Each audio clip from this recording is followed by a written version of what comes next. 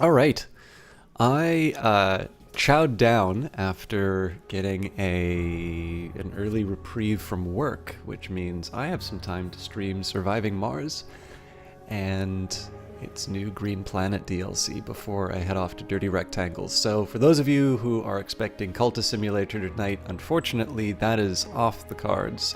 It is the third Wednesday of the month. Normally I wouldn't be able to stream at all, but because I'm on a course, it means that I get out of work a little bit earlier, and I did actually get an early exit from my earlier exit time. So I grabbed something to eat, and I'm going to enjoy a little under 2 hours, I think, of Surviving Mars. So I may not be on my A game, but I really like this game, and of course, Paradox was kind enough to give me a copy of the Green Planet DLC as well as the upcoming Project Laika DLC, both of which will be released tomorrow. So it's always a double-edged thing. First of all, a very big thank you to them. Obviously, I stream a lot of Paradox stuff, and while I did stream it beforehand, the fact that it has a dedicated day and that I have so much of these... I have so much sort of material coming out of these really enjoyable games with a lot of substance to them. It's not something that gets too repetitive after a while. A lot of that really has been due to the fact that they are willing to extend press key to someone at my level. Not every developer and not every publisher does that, so it's something that I like to give special mention to because it's, I don't know, it's something that lets me keep doing this. I am certainly not tremendously strapped for cash, but there is one of these things where, you know, on the margins you're like, okay, I want to play this, but I also want to play this, and, you know, can I really, like, I kind of already run at a loss on this thing sometimes. So, obviously, if I then add, you know, the cost of doing a, you know, bringing in another title to the list, that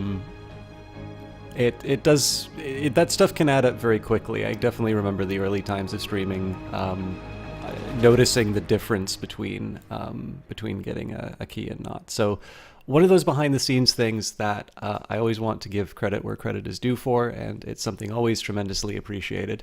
But with that in mind, disclosure like this is also important because clearly, quote unquote, influencers, as much as I may shudder a little bit at the term, it is a way that things are marketed now. And while money has not changed hands, I obviously have been given access to this game ahead of time, and I've been able to, I haven't had to pay for it. So if you think that that's going to be something that, you know, will affect my opinion, so be it. I will also say that if you're watching a person playing Surviving Mars, they did select into playing the game. I don't really think somebody will play a game that they don't enjoy. At least I won't. So deal with that as you will. You've got the information, you can decide what to do with it, but shame on you for thinking that my opinions can be bought so cheaply. Although Surviving Mars is a really good game, so I think I'd rather just pay the price if I was told to do something. So I did something really stupid at the end of last cast.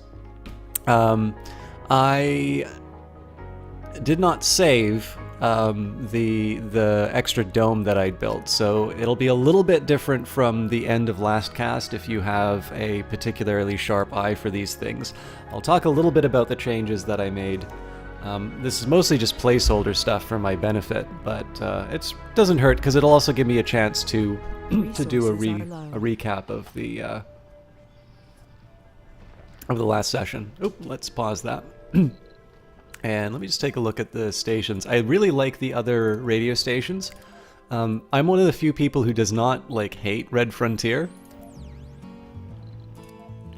But I think I'm going to avoid people who are talking.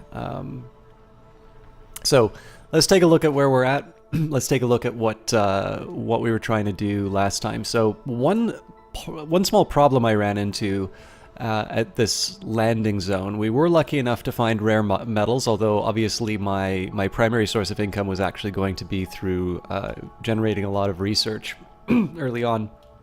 And the reason for that is I believe Europe will give you, I believe Europe gives you a bit of income each time you research something. Let me just take a look.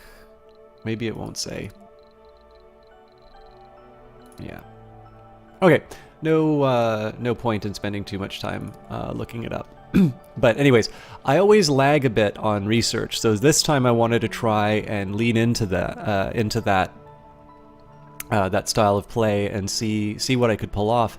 And then on top of all of that, we're not only am I generating more research than I normally would in the game at this point. Excuse me. I'm doing it without any dedicated research buildings or any research locations. So the only one I currently have is off in this corner here, which is going to be a little tricky to manage. I think probably the best way to handle it would be I'd have a small little research colony and that's it. But yeah, it's been a pretty unique playthrough for me, and obviously we've got the Green Planet content. So the quick run over I can give. Obviously, if you want the full details of the DLC, you don't need to take my word for it. You can get the official word at the Paradox Wiki. But some of the most obvious changes, we've got some special projects here. Apparently, there are wonders and disasters. We've not encountered those yet. And you can see these terraforming elements here. I was thinking a little bit about it. And I was thinking that it usually tells you, I guess it gives me the full,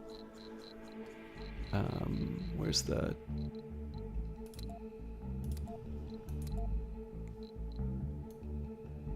I feel like this is different now.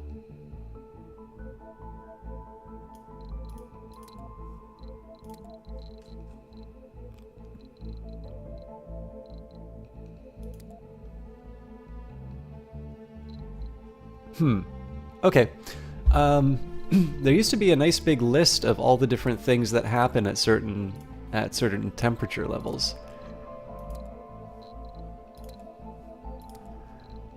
Like I got it's, you know, at 55% heat, 55%, whatever. Like, you know, when the rain, when the toxic rain starts and whatnot. So I was thinking maybe heat. Heat and water would be the best start, and then we can move on from there. The other thing that I was watching Cool Eagle play this, and apparently he went straight for vegetation, so I might try that as well. But I won't jump into this a little too soon because I did want to take care of the colony itself. We've got generally a good start, and we've got a couple of weaknesses which I want to deal with. So we're okay for space. We've got 10 slots available. The nursery is beginning to fill up, so I may want to consider more housing units, but we'll consider that as the playthrough goes through. So 2 apartment buildings, we've got essentially all of the amenities. We're going to be building a diner, and the main reason for that is I've got some engineers here. The only thing that I would maybe want to put in this dome that I don't have the space for would be a Martian university. But I also kind of feel like that's the sort of thing that I'm going to be able to put down elsewhere. So as far as self-sufficiency, we're just finishing our cover crops. So in this particular case, we're going to get our soil quality up to 100. We've got a team of botanists who are working on that. Then we're going to be able to switch to wheat and just generate a whole bunch of food as a result of their tireless efforts. Again, as far as the other things, I did make a decision in terms of the casino. I always sort of thought that the casino was a really economical way of kind of giving your colonists a bunch of different features. It does turn out, space-wise, it is a little more sensible to put them to actually have an art store, an electronics store, a grocer, all of the things that you'll get. I guess in the case of, the one thing it won't cover is gambling, which may be good or may not be good. It obviously causes some sanity loss. So the casino complex will take care of luxury gaming, gambling, and social. So of course, you know, you can get social from a space bar, dining, you know, you've got a few different options there. But where were we? Luxury. So let's say luxury and gaming are your two worries. Well, electronics store will take care of your gaming. Art store will take care of your luxury. You don't even need to use the small versions of these. You'll actually take up less space with the casino complex if you use the full versions of these. Now, as far as input costs are concerned, as long as you have the electronics maintenance for the casino complex, you might be ahead. Obviously, what you're spending in terms of consumption with polymers and electronics, you might kind of be behind the 8-ball there. But yeah, I ultimately decided we will avoid casinos for now. I might change that a little bit later as I expand out. So once we've got our main our main industries taken care of, and in this particular case it's extracting rare metals. Of course, we've got another source of rare metals in the form of the alien crystal. Currently it does not have enough power, but also we don't have the leak anymore, so we should be good to turn the pipes back on. Just want to see that thing go back. All right. So yeah, I need to remember that the alien crystal does require power. But basically, the situation that I find myself in right now is we're mainly focused on extracting rare minerals. Wanted to make sure that we had a dome that was sort of self-sufficient. And the big dilemma that we ran into in this part of the map is that there were very few metals, and the few metals that we did find were often blocked by these crystals. In fact, one thing I am going to want to do is start making some generators that I can actually connect these crystals to, just to be able to start seeing into these zones. They'll of course wind up generating rare minerals, which is nice for me, though of course I have a mine for that. But yeah, it's just one of these cases where I clearly could benefit a bit from being able to get some more metals. Now, as it turns out, we're doing okay right now. We've got 62. That's off of a bunch of collection, and there's still more lying down. But the big thing is this took us a really long time with scanning, and this is going to be a finite quantity. I'm going to want to expand out the base. And the fact of the matter is, like, let's even say that I take that 25. That's still under 100 minerals, and you will see that stuff gets taken up pretty quickly. I don't know how many of the buildings I've got queued up here. It looks like only 2 or 3. Actually, maybe it's only 1. It could be that the spacebar is the only one that requires a metal. But anyways, with that in mind, it's one of the first cases where I've really not had enough metal on the ground to justify... to justify ignoring a metal mine. So in this particular case, I'm building a metals extractor on... I didn't really care between the two deposits. Technically, this would be the better one because it's got more, and they're both average grade. I actually don't know what the grade does. I don't know if it changes the amount that you get. But, I mean, our 358's been lasting us a while, and more importantly, it's kind of cool to be able to say, oh, all right, well, this was the smaller deposit, so we'll just move over to this one here. So the main reason for the existence of this particular dome is to mine metal, but of course, I built a medium one, not just because I thought medium domes are fancy. I want to see if I can make some more out of this. So right now, Site B has it's not even Site B, the extension to the existing dome has the following: 2 apartments, a space bar, electronics store, art store, and grocer, an infirmary, nursery, and playground. So essentially this this pair of triangles take care of the amenities. We've got the farm, again, that'll be important for food supply, as well as just... as well as reducing the oxygen consumption. I actually currently only have 1 Moxie working on this. They're generating 3. Our demand is 2.7, so I actually probably want to consider the construction of a second one. I wonder, I can't remember what it takes. Also, I think there's a boost that I can get for this one as well. Still, it wouldn't necessarily hurt for me to to consider another. It requires metal and electricity. All right, I'll take it under advisement. I'll work on it a little bit later, but for now I've got a few other priorities. Now, as far as self-sufficiency is concerned, we've got a polymer factory online. In fact, I might be opening it up further because we seem to have some spare slots. I don't have enough living space for a full ship, so I might either want to build another set of homes, or I might want to get to work on Site B here. I also don't have enough jobs for everyone, so I have a feeling... Well, no, that'll change if I open up the polymer factory. The other thing that I was running into was some water problems. So again, I had a rough start with the fact that I built this big pipe all along the edge that's determined the placement of my drone hub. We've now got a second one set up. I actually need to distribute the drones a little bit more sensibly because currently we've got 30 and 6. So maybe what I'll do here is just say, where are the ones that are close? Say these little guys, 14. It's a bit much.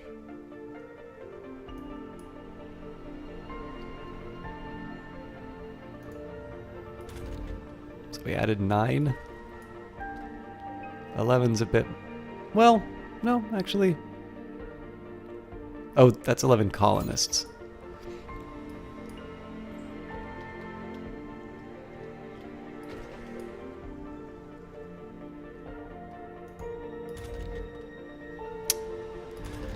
$18, $18. Okay, we did it evenly. I didn't quite think I was going to pull that off, but there you have it. I do actually require a little bit less on this side because I have fewer buildings, but for now I'll just I'll split them up, and if the load gets too heavy, then I can always change it after the fact. We also have RC Commander. Oh nope, the RC Commander 1 doesn't have anybody, and RC Seeker does. So let's move them. I'm going to move them just by the solar panels because that's likely where they're going to be needed. Okay, so. One of the resources that I needed to deal with was metal, so we're going to get a mine coming online. I'll need geologists for it, but I can live with that. I believe we're self-sufficient as far as polymers are concerned. Our consumption is 1, our maintenance is 1.6, so we're generating 2.8, and we're it's only a minor advantage right now, but it's going to be enough to sort of pull us ahead. So that's some good news there. Even the metals are not that big of a deal. Metals are hard to bring in from Earth because they weigh so much, so I do want to focus on extraction. But seeing as my transport is actually able to pick some up off the ground, I don't need to rush too much about it. So the next few moves, one, I want to get this dome up and running. So I might even just wind up going for a bunch of non-specialists just to have all these services taken care of. What else? I don't believe I can put the Martian University down yet. I do eventually want to put up a zero-G lab, especially because it will give cost reductions to physics and biotech. This is a fairly high priority building for me, and the only drawback is that I don't really have a good place for it yet. I might even put it... I don't think the intersection here is a good idea, but maybe I can put it down somewhere here when I build sort of a Site B in this spot. What else was I going to say? After that, I think my priorities, again, get this up and running, particularly so that I can pull out some metals. But the real goal is going to be to put down a machine parts factory when I research that technology. That technology is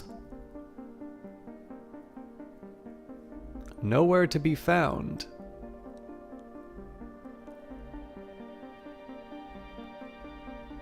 I think I got ahead of myself here. Okay, let's see what we've got.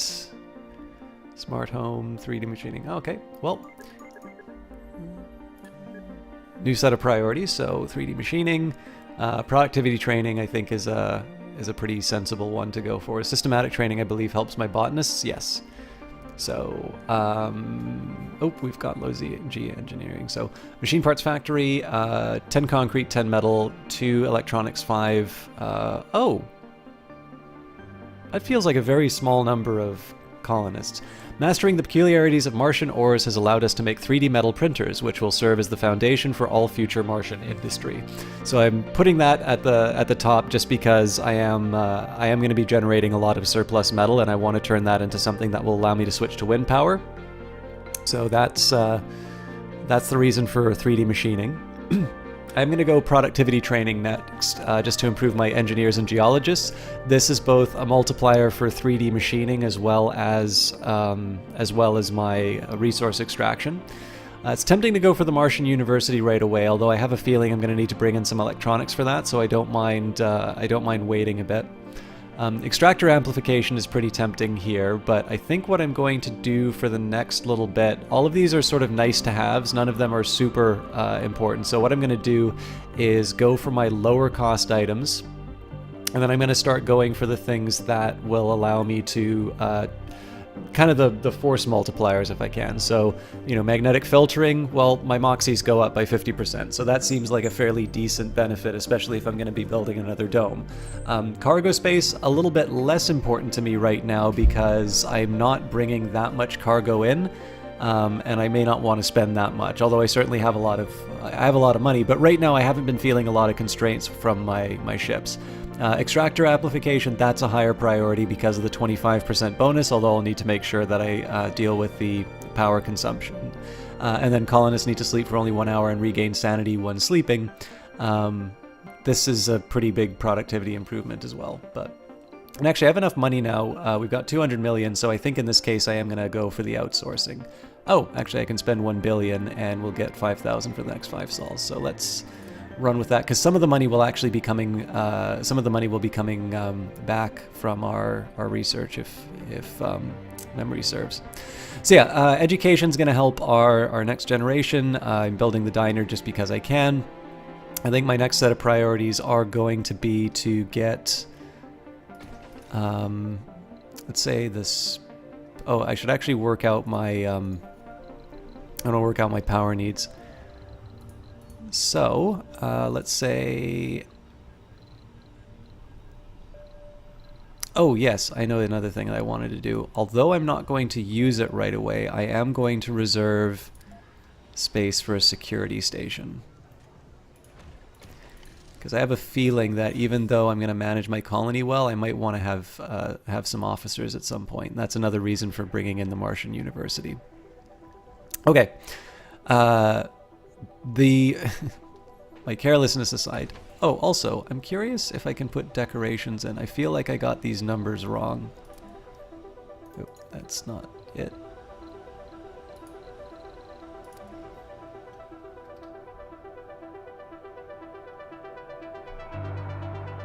Okay, so I did have a space left over here. Maybe I'll put a garden down or something.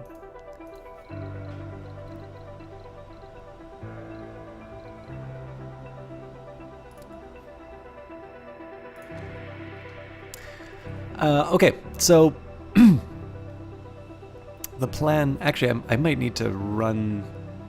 This is the problem, whenever I run and start a stream, I forget to do things like fill a water and go to the bathroom and that.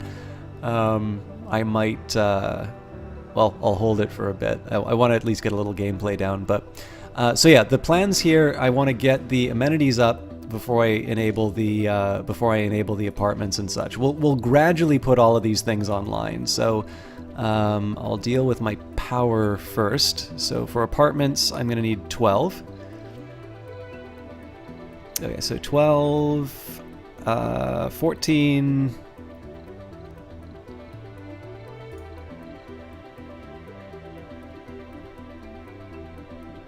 I think I forgot to build a diner. 16.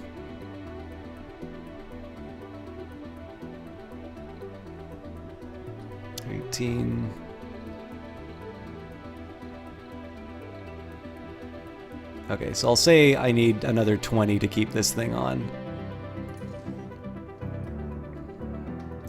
So I'll make the most of the space that I have, but I think I'm at the end of my runway for the solar panels.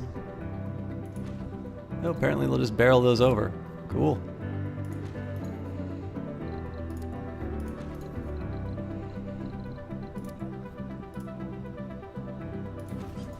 And I feel like I should add another power accumulator in that case, because I did just get another 20 output. So we'll turn these on. Now the thing is, we're not going to have any staff for them.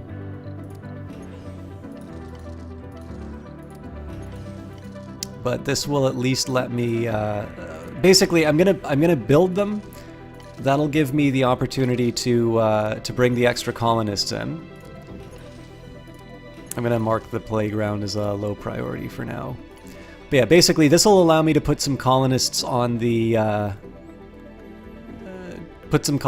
Site B. It'll allow me to get some geologists working on the mines and just generally produce more polymers and such, and the research will tick by. So what I'll do here, I am going to take a quick trip to the bathroom. I apologize for doing that, but what I will do is okay, here's what I'm going to do first.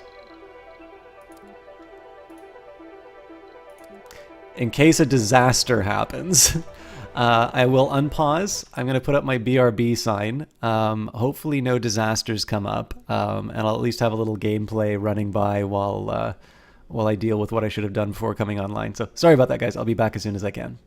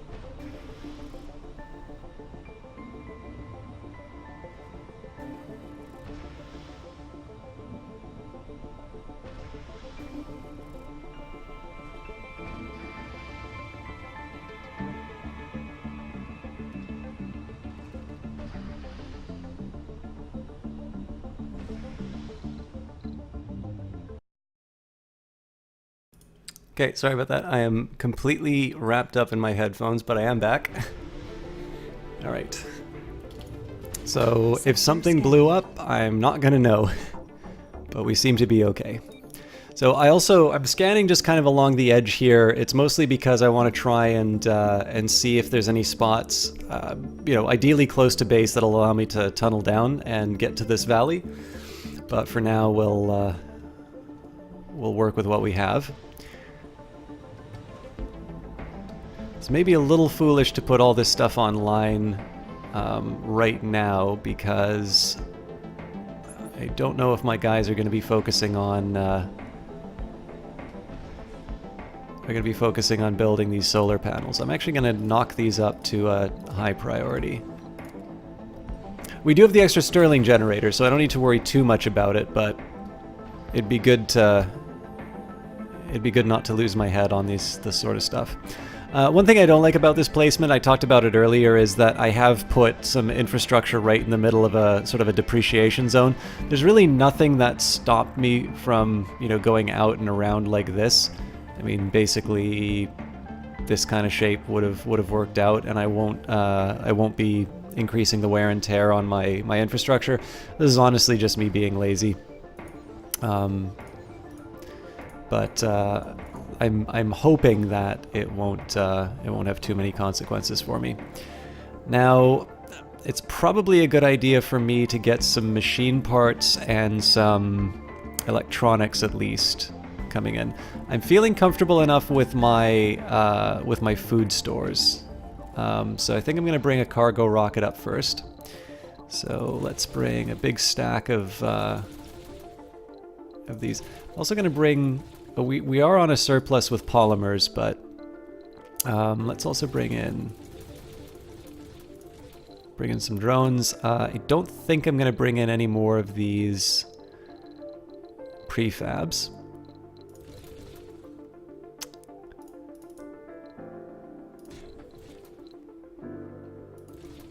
Electronics are going to be my big dilemma. Now, I don't want to do this too often. Obviously, I've got a lot of... I do have a lot of money right now, but that can get erased pretty quickly. And then the big question is, do I want to try and bring my colonists in now? Let me just take a quick look at what I'm going to need staff-wise. So...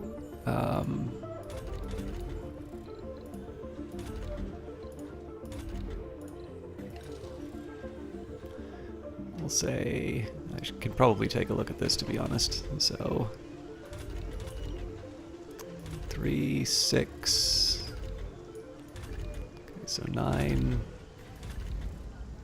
12.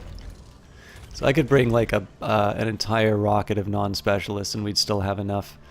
All right, well, with that in mind, let's let fate decide for us then. So we'll say specialists. We'll definitely prioritize no specialization. No scientists yet. Yay to engineers. No officers. Definitely yay to geologists. We do want botanists. We do want medics. Now, apparently my my restrictions are such that I'm not getting a lot of these roles that I want. But we can work on that. Okay, so I'm still going to be a bit selective in terms of who I bring in. Let's say we'll kick out the gamblers. Maybe I don't want melancholic. Oh, damn it. Yeah, rugged gamer's fine. So good here. We'll say no for melancholic. Survivor's okay. We'll boot alcoholic and hypochondriac.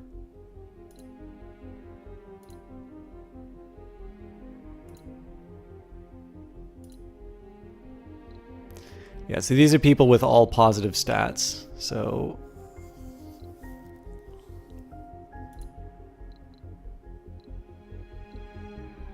at this point, if I'm being selective, I want to be like properly selective, and then we can fill in the roles with sort of the second tier candidates.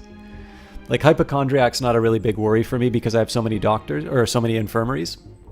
The bigger worry for me is just making sure that I have enough staff.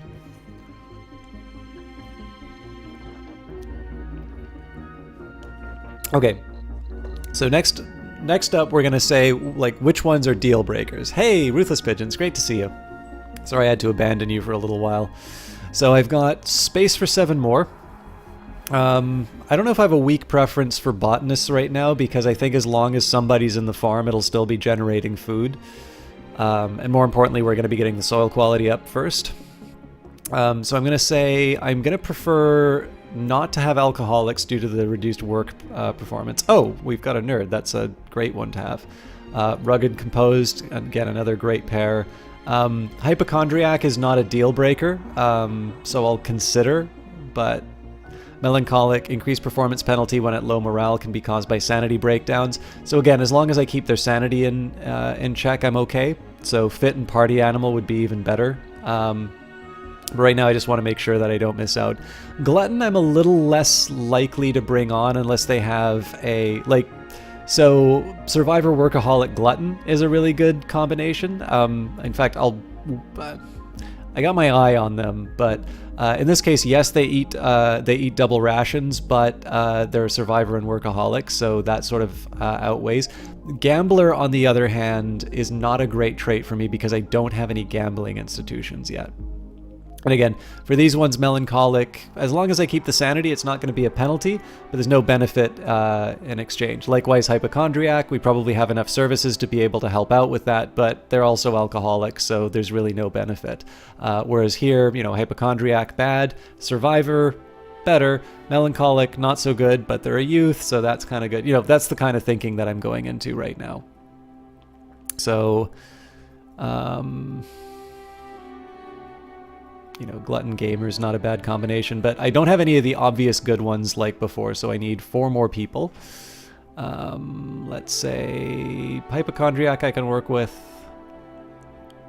Fit party animal I can work with.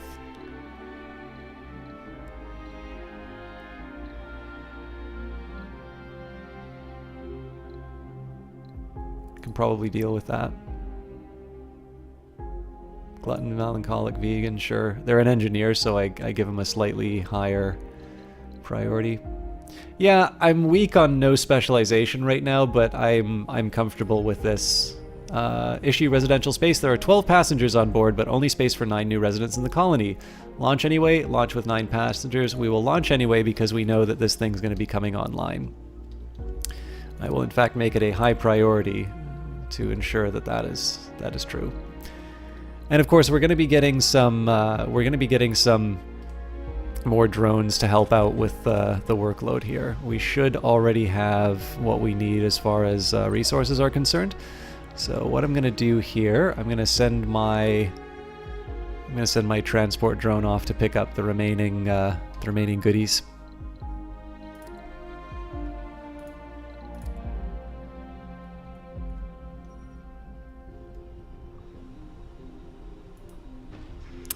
Well, I screwed that up.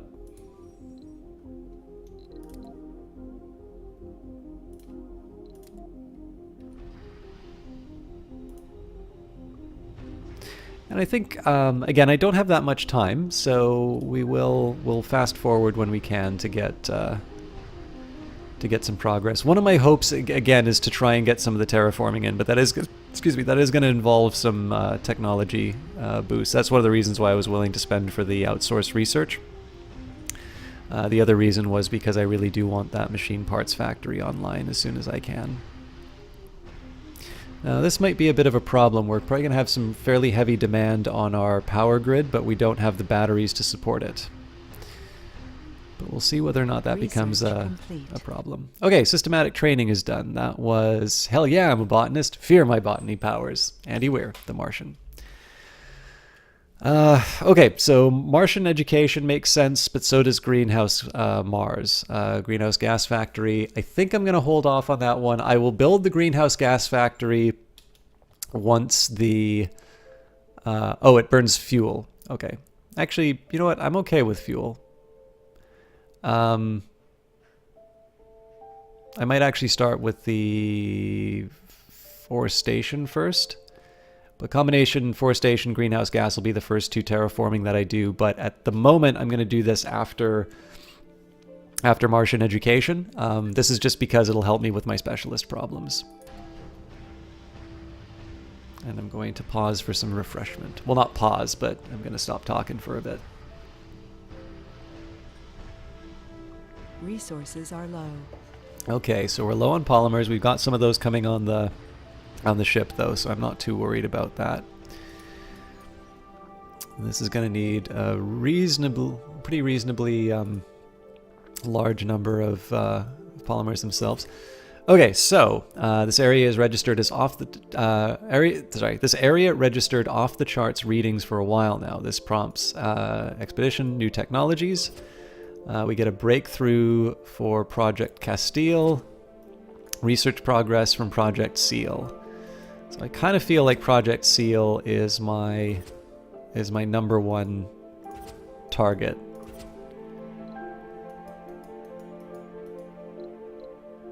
I'm also curious how we stack up. So 1650 right now, 44 colonists. China has more colonists, definitely more buildings. I think we're pretty much rocking everybody as far as research is concerned at the moment. Space Y, I mean, they're doing all right for research. Looks like we're all roughly in the same boat as far as colony size. That makes me feel pretty good. Although Russia's doing so with relatively few buildings. That's a little surprising. I wonder how they're doing that. China's actually, both China and Space Y seem to be doing so. I seem to be behind the curve as far as water is concerned. That's fine, because I've still got a surplus. So our total demand is 167. We've got 1, 2, 3, 4, 5, 6, 7, 8, 9 accumulators. So that'll give me an output of 180.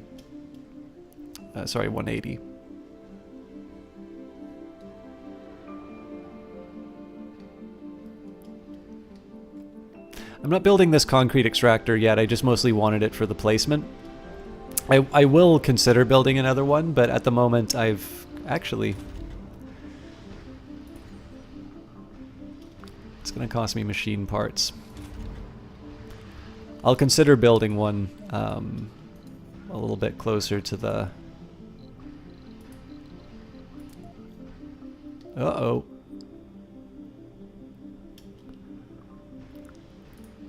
Oh, I haven't been paying attention. My rockets have been available for a while, so I will put down the payload here. And then the colonists... I kind of want to encourage the colonists to go to the new dome. So I'll drop them down here. Let's watch them approach their new home.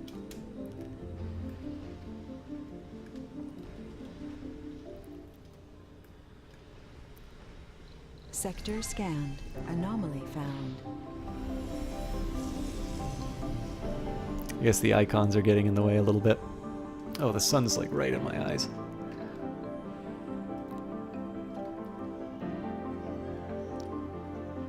See, they all say they don't have jobs, but I don't think that's true.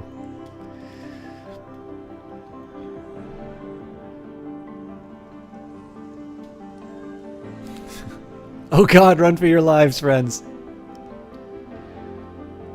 New colonists have arrived.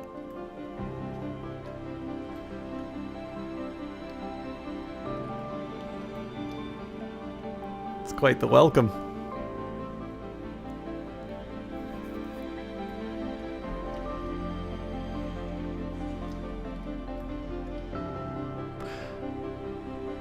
Okay, well, miraculously everybody seemed to find a job, so I don't need to worry about that right now. Sorry, I'm going to be talking into my mic a little off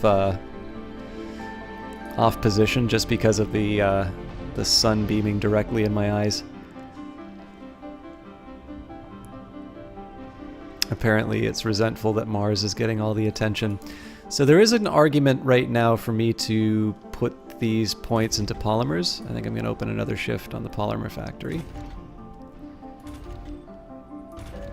Yeah, I'm not crazy about engineers working that job, to be honest.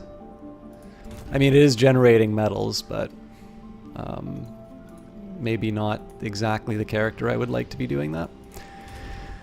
So 3.1 per sol. Yeah, we're generating one more, but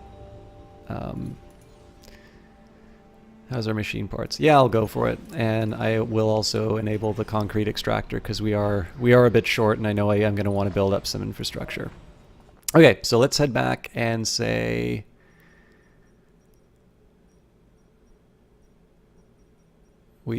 everything east of the base, we've got the metals. So moving right along, we are now going to take care of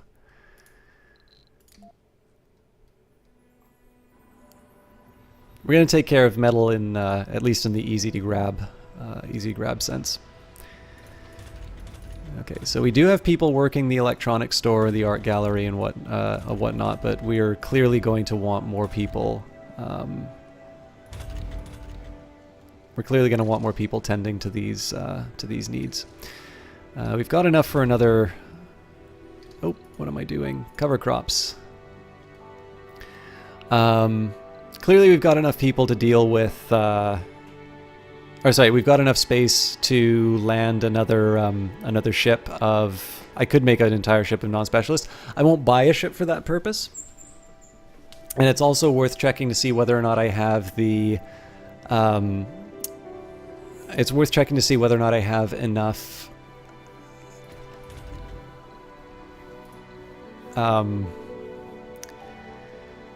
Enough food for people to be able to work those tiles, but in the meantime, okay. So 0 drone. This is suspicious. 10 drones. Okay, so we'll say 4, 5. Wait, now 6 work here? I think these are lies. So we got 22, 18.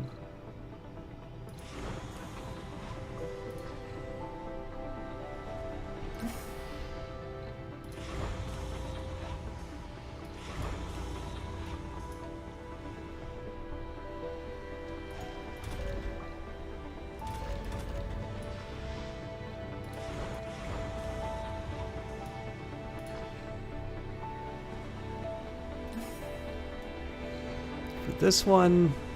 Okay, looks like they're loading that one up with... Oh, they're also loading this one up with rare metals. Okay, we'll say this one gets to go on the expedition. We'll say... Project Seal.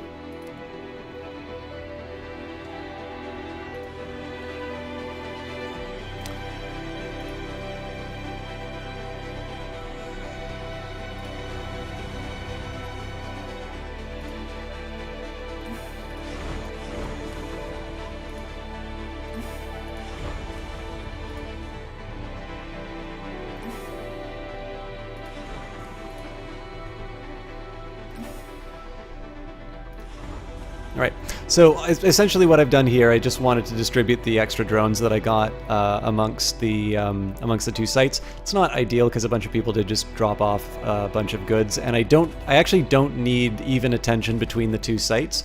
There's very little that this drone hub needs to do relative to the other one. It's still under a medium load, but basically it will be depositing things in my central spot, like this little area over here. It will be maintaining the second dome, as well as, the metal extractor and whatnot. But really, like, as far as maintenance is concerned, we've got Dome A to deal with. So I should call these by their name. So it's Born and Dirac.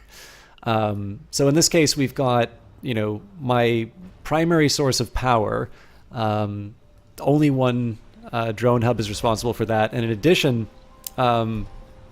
it's quite a bit more dispersed as far as maintenance is concerned. Like, taking care of these pipes is definitely harder for this one rather than this one, although this one's under the heavy load. I'm assuming it's just because of all the construction work that I just gave them.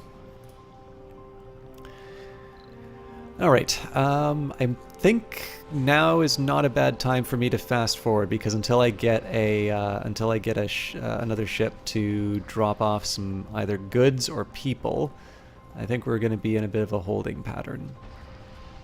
We're still okay with our power demand.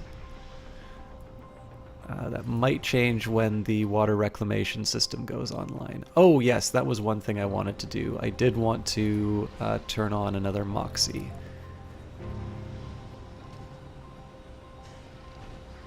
So this Moxie,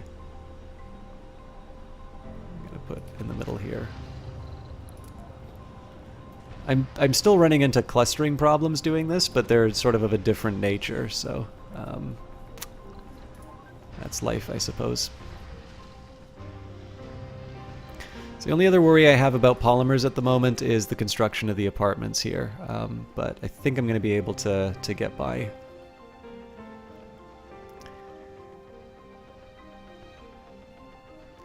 Okay, so for some reason we do still have a deficit of water. Why is that? So we've got demand of 10, production of 9.5. Oh. So this guy's ready to go straight back home.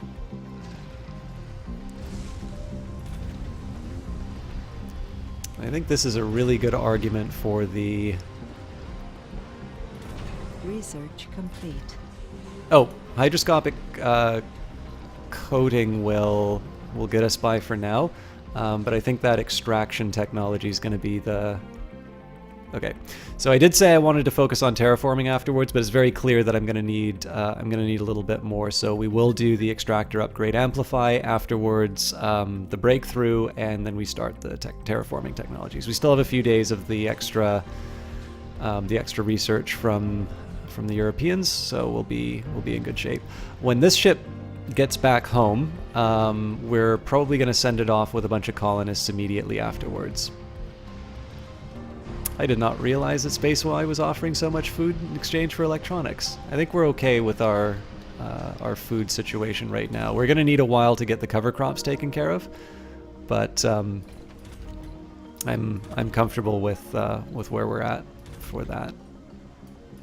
Sector scanned. Oh, we'll cancel the cover crops together. But of course, we've got 100% now for the soil quality, so no real worries there. It is tempting to do the It's tempting to do the 3D, the machine parts factory right away. It does require no, that's a small one. It does require electronics for maintenance, which doesn't make me very happy. 50 power consumption is a bit of a worry, so I think I need to deal with that first. Again, the answer is more solar panels at the moment. But I do want to make sure that I don't... Okay, power's becoming a problem. They're getting close to capacity. I'm going to have to keep that in mind with my... Actually, I can load up now, so... yeah, I'm going to start my my new batch of solar panels.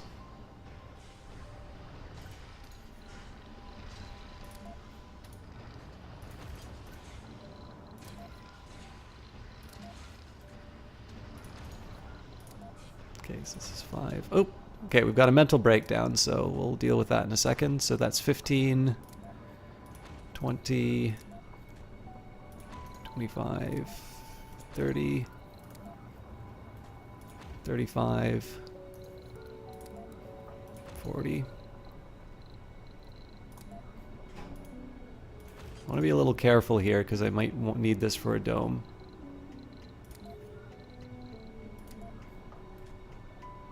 45, 50. A colonist just snapped.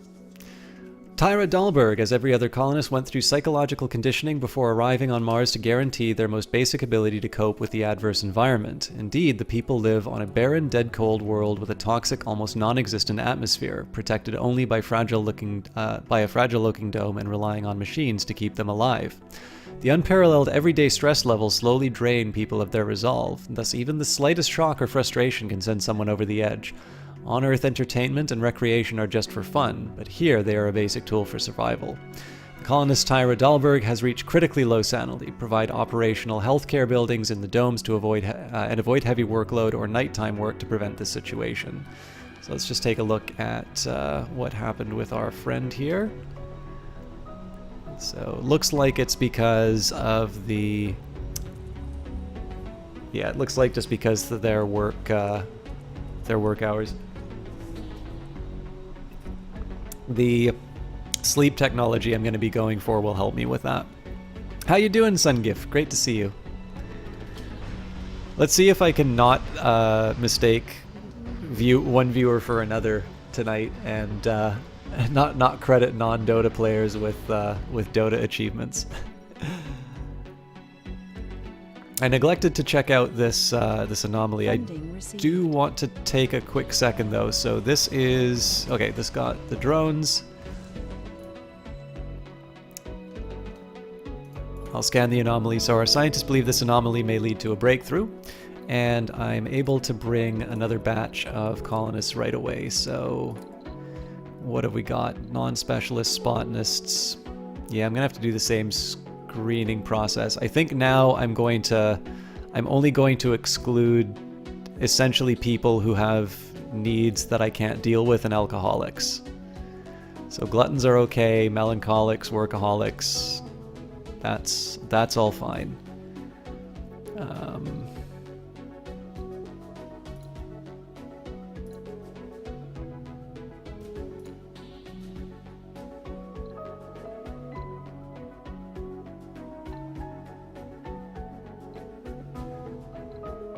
A lot of gamblers.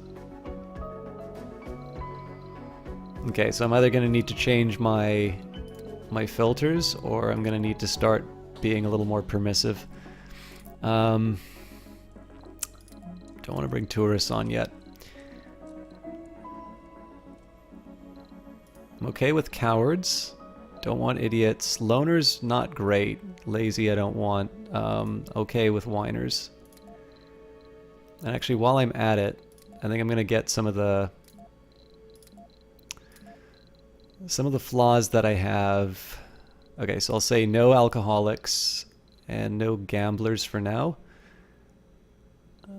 So yeah, idiot can potentially cause problems in the colony. Don't want that. Loners, I'm really not that crazy about people who, like, I'm going to have really crowded domes. So I don't want to have that. I'm doing... Not too bad. I get to play Surviving Mars. It's always a good day when I get to do that. Okay, so Lazy I don't want to do because low work performance. Loner I don't want to do because that I'm always going to have crowded domes. Idiot I don't want because they'll break stuff. Gambler I don't want because I don't have gambling facilities right now. Chronic Condition I might do, but I think I'm going to have to do that after I better staff my infirmaries. And Alcoholic I don't want because of the work performance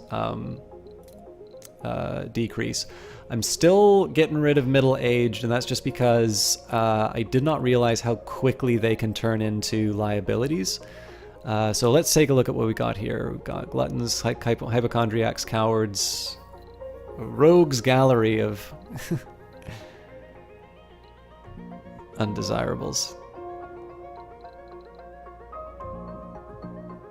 You know, I'm gonna work with this. It still hasn't helped my medic situation, but that's what the university is gonna be for. Hello, the Eyes of Sin. It's always a delight to see you. Oh God, we're gonna die. Oh no, we're okay. We'll get this to drop off some rare minerals, then we'll or rare metals, and we'll get them to. Research complete. Hey, productivity training. Okay, so that's made my engineers and geologists more effective. Like I said, rapid sleep was sort of my last step before going for the terraforming technologies.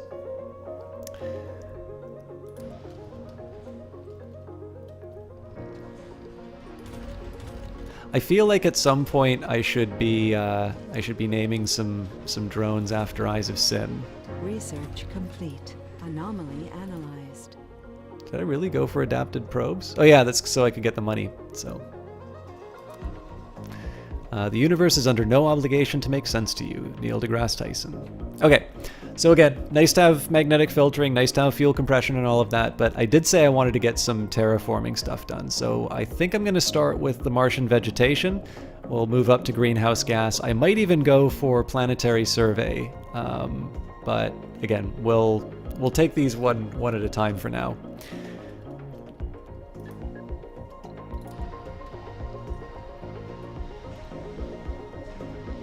So they'll give me a bunch of metal for the refined good.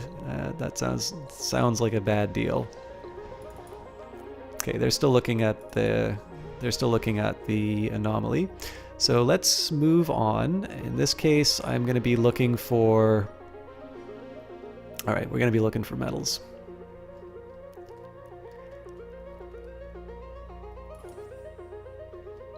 Sector scanned.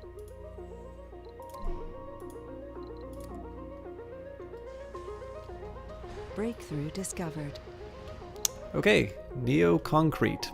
Dome concrete costs are reduced by 80%. That's a really good bonus.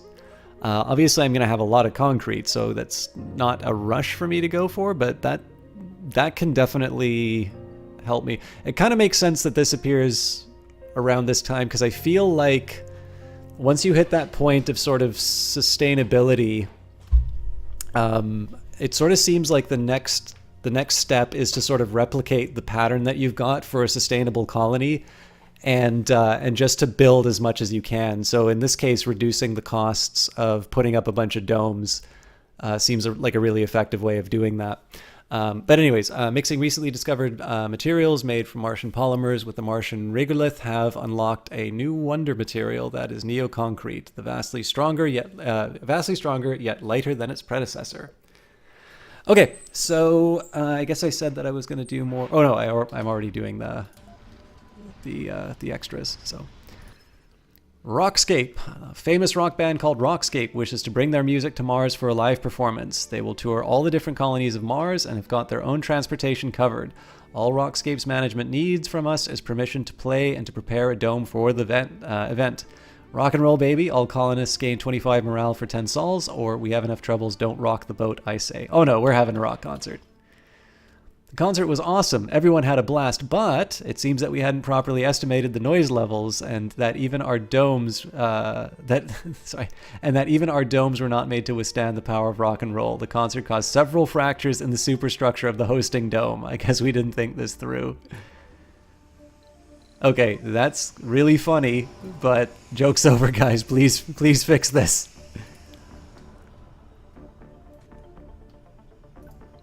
This was... Oh, right. This was our little expedition.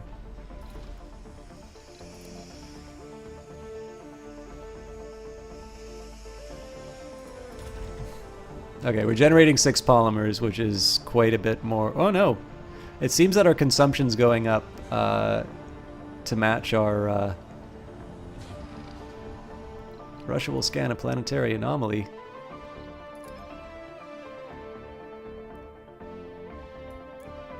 We'll see if we can. We'll see if we can beat the Russians, but may not turn out. Research complete. Okay, drone hub it is. That's again more of a preparatory one.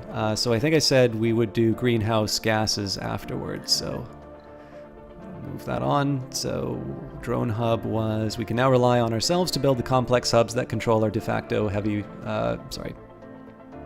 labor force. So again, we may not be able to beat the Russians to the location because I am going to need to fully refuel this. Oh wait, we've got a ton of fuel available.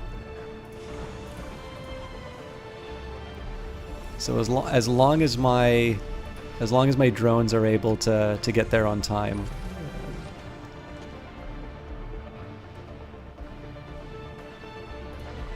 What are you carrying? Metal? Cool. Resources are low. All right, oh, we're out of polymers. That's surprising, to be honest.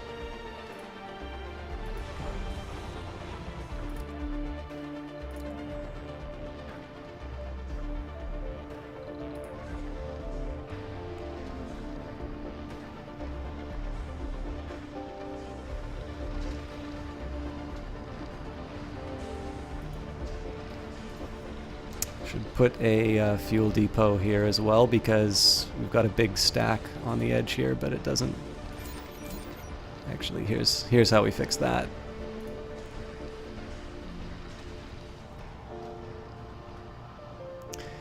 Okay, let me think until the colonists arrive, and again we've got an easy strategy for getting them in the spot we want. The aim here is just to get them filling in the jobs I want them to do. So we should see a bunch of them. Yeah, a bunch of botanists. Have arrived. We may be getting food shortages before too long. Okay, we've got some geologists working in the metal extractor. I'll add another shift. Oh, I didn't see how much this was going to take. Okay, this takes machine. I did not realize that it required staff for the water reclamation system, so I may need to consider loading up my apartment before too long.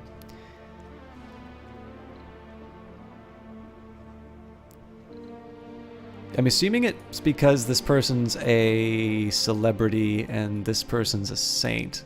So saint raises the morale of all religious people in the dome, benefits stack with each additional saint. So I'm going to assume that they don't do anything too untoward.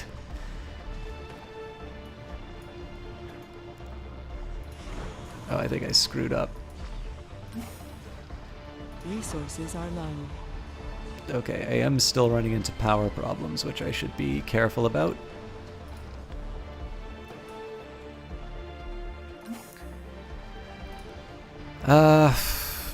Okay, what's the demand on the grid? 178. Wait, this thing really get loaded? Wow, okay, well, back to Earth you go then. That's slightly annoying that this one, which is the higher priority for me, did not get refueled in time because we are racing the Russians. Scanned. Anomaly found. But we'll make it work.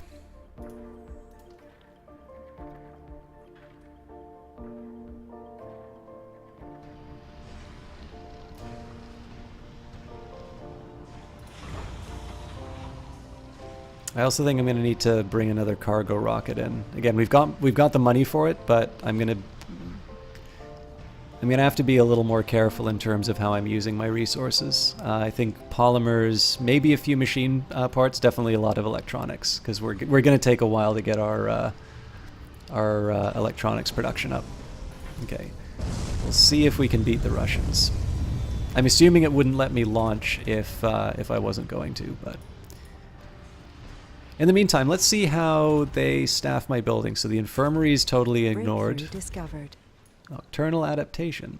Greater distance from the sun makes it so that all colonists have to cope with the psychological strain of receiving reduced sunlight. This Research fact, complete. combined with newly discovered techniques to allow us to considerably boost the productivity of those who work outright night shifts. So all colonists gain 20 performance during the night shifts. Fair enough.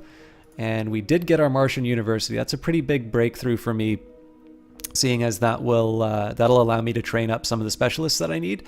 Doctors are going to be particularly helpful in this regard. So I did get my terraforming on the list. It's still going to take us a while to get it because we no longer have the outsourcing bonus. I'm going to wait until after I bring my next cargo ship in before I consider doing another outsource. But let's see, for natural technology, what's the next thing I want to build? More cargo space, more oxygen. Smart homes I'm not really going to use at the moment. Drone assembler, I believe this is a dome building. Constructs drone prefabs from electronics, which can be used in drone hubs to construct new drones. Stirling generator generates power, while closed the generator is protected from dust but produces less power. The Stirling radioscope generator is a generator based on a Stirling engine powered by a large radioscope heater unit. This is very tempting, but we are going to need polymers and electronics for it, and I don't think we're generating quite enough for that. Factory amplification is rather tempting, but it is a 3000 tech, and it would be nice to get some of the smaller benefits. Hey, Lyrositer! Great to see you again. We're going to have a bit more gameplay going. I'm going to warn you, I'm probably going to be going to bed, or not to bed, I'm probably going to be logging off before you, so I probably only have about another 30 minutes of gameplay. That seems wrong. I feel like I should have been streaming for 2 hours on this. Let me just take a quick look at my schedule. I need to get out of here at 7:15. Yeah. Anyways, there's going to be a little more gameplay because I'm not making... This is the only screen where I'm going to wind up making some extended decisions. So let's say if it's going to be 2,000 that I spend, it would be a Stirling generator, drone printing, smart home, magnetic filtering, fuel compression, or planetary survey. And if I were willing to go for 3,000, residences and basic domes, microdomes, and barrel domes have improved comfort. I think I'm going to go for the electronics factory first, even though it's 3,000. In the end, I hope there's a little note somewhere that says I designed a good computer. Steve Wozniak. Oh, that's awesome to hear. Where was the sale, Lyrositer? I'm curious, because obviously the game's coming out tomorrow, and if people can pick this up for a good price, I want to encourage them to do that. Yeah, I mean, I hope you have a good time with it. On Humble, cool. I really like this, so I'll give you a bit of an idea in terms of what we did after you turned in for the night. So this is our A-site dome. It's called Born 1. So essentially what it's got is it's got all of the amenities that the colonists would want. It also has space for children. Currently there's spots for 2 more. If those get used up, then they're going to start occupying apartments.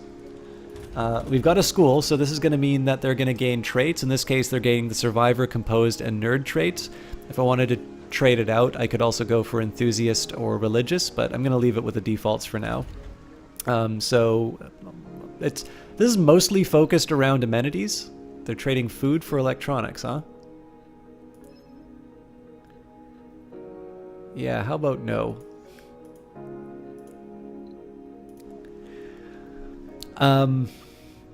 Yeah, so this one was really focused on something that'll make my colonists comfortable, and what I've got them producing, they're extracting rare metals from the ground.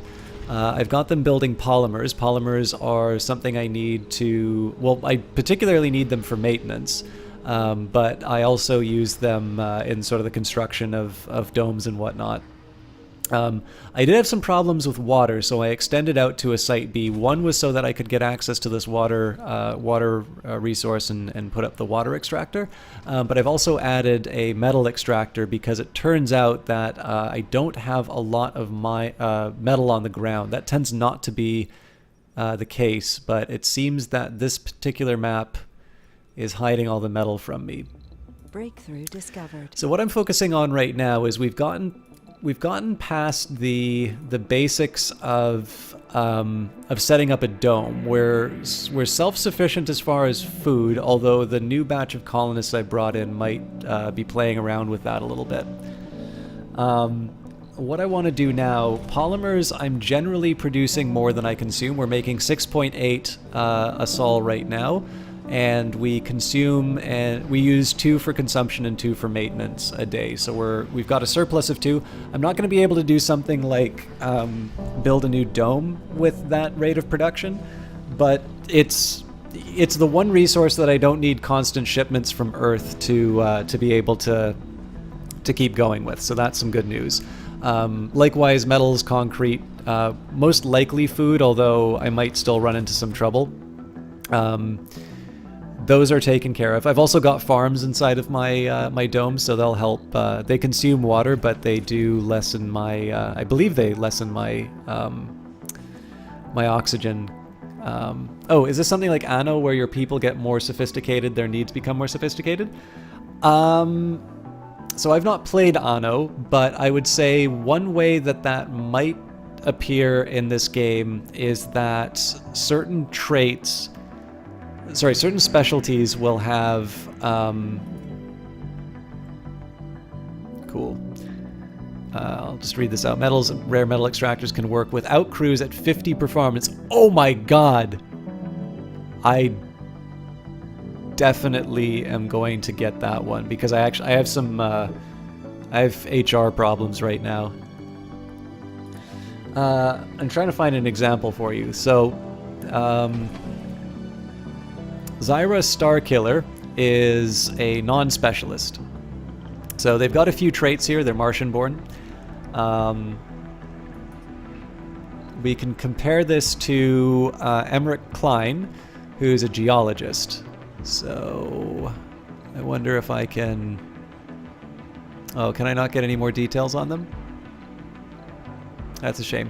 Okay, as it is, geologists are more likely to want to drink in their leisure time. Doctors will want luxury, and so you need to make sure that you've got buildings to. You want to make sure that people have buildings to be able to, have those preferences satisfied. But it's more of a function of the fact that if a colonist is in a specialized role, they're going to want to do something more than one of the non-specialists. It's not quite the same system as what I think is implied in Anno, but there is sort of there's an indirect way that can happen. Generally, the thing you need to worry about a little bit more is the more people you have, the more you need to feed them and stuff like that. But let's take a look here. So I'm finishing the cover crops. That's 85% done. That will add 40% to the soil quality, so that'll be up to 90%. We'll do a batch of soybeans. It'll take me another 5 sols, but that'll take us to 100% soil quality. Actually, you know what? I don't need to put wheat here because I can just replace the cover crops with wheat. I think I said I was going to adjust my electricity, didn't I? No, I think we're still in good shape.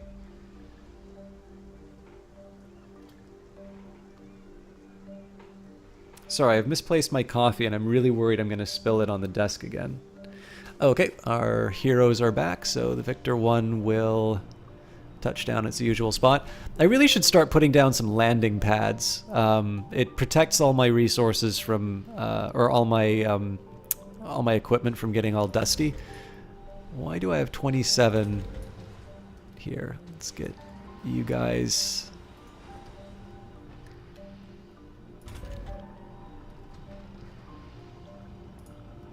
Again, a bunch of drones are just going to be sitting around here until there's work for them to do. I don't want to completely demolish the workforce, although I think I am going to make it even a little bit more uneven. We'll add another 5 to this command center. Because other than refueling this ship and doing some maintenance on the colony, these guys don't really have that much to do. When this ship gets back to Earth, I'll be able to show you a little more precisely what I'm talking about with Okay, so we're going to send them on another mission right away, so we can get new technologies. If we send an RC Seeker, we can... Okay, I'm actually going to do the one with the nine drones just because I can. And which is the Seeker again. So this is an Explorer, this is a Transport. Okay, so this is my artist formerly known as a command center.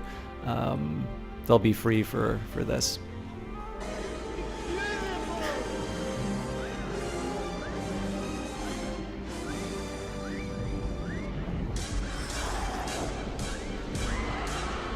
Funding received.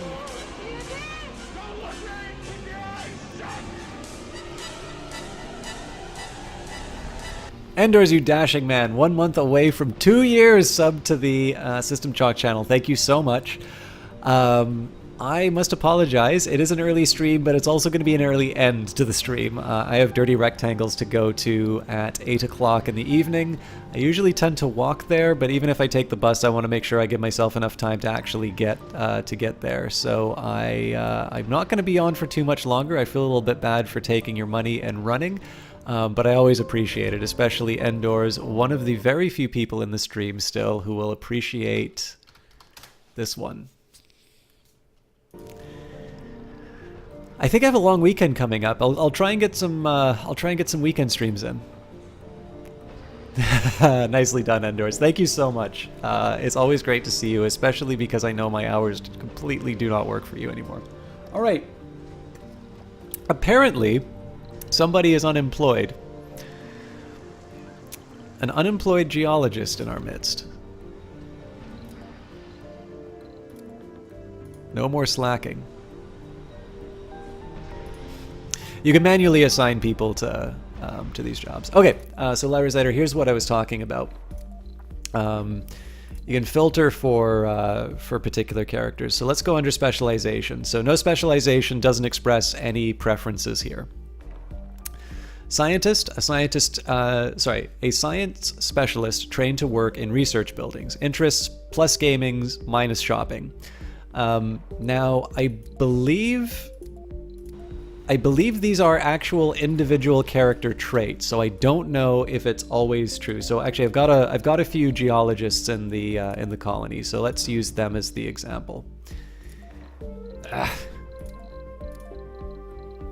So in this case, a geology specialist trained to work in extractor buildings. Interests plus to drinking, minus to relaxation.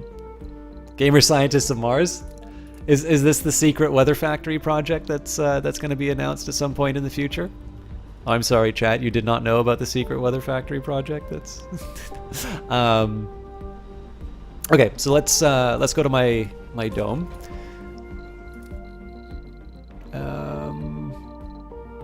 So you can go under interests. Now, the way I'll know the geologist is just seeing, I can see they've got the brown suit on. So Jacques Armé, social shopping, drinking. Arthur Auguste, social shopping, drinking. Yeah, so it looks like the standard set of priorities. Every single one of my geologists wants to drink. None of them have relaxation. On the other hand, you look at the engineers, relaxation, shopping, and dining. I don't think we have scientists. We do have some medics, though. So in this case, medics, social shopping, and luxury. Now, what'll be interesting is when I put down the Martian University to see whether or not to see whether or not this person's got really low. Actually, we've got a few people with low sanity. I'm assuming it's probably because of the night shift work, but let's see what's going on with Zyra. Yeah, it's all working during the dark hours, so I need to make sure that my that sleep tech comes online soon. Otherwise, we're gonna have some more sanity breakdowns. But yeah, so basically, the best that I can say is that by taking on a specialist role, your preferences are going to change. Now, whether or not it becomes more sophisticated, it's kind of an open question. Almost everybody's going to want to go to the grocery store. Theoretically, if you had a bunch of non-specialists working, maybe you wouldn't need to worry about luxury. We'll go back to that. We'll go back to this list again. So we'll go under industry. So all these people in blue shirts, social relaxation shopping,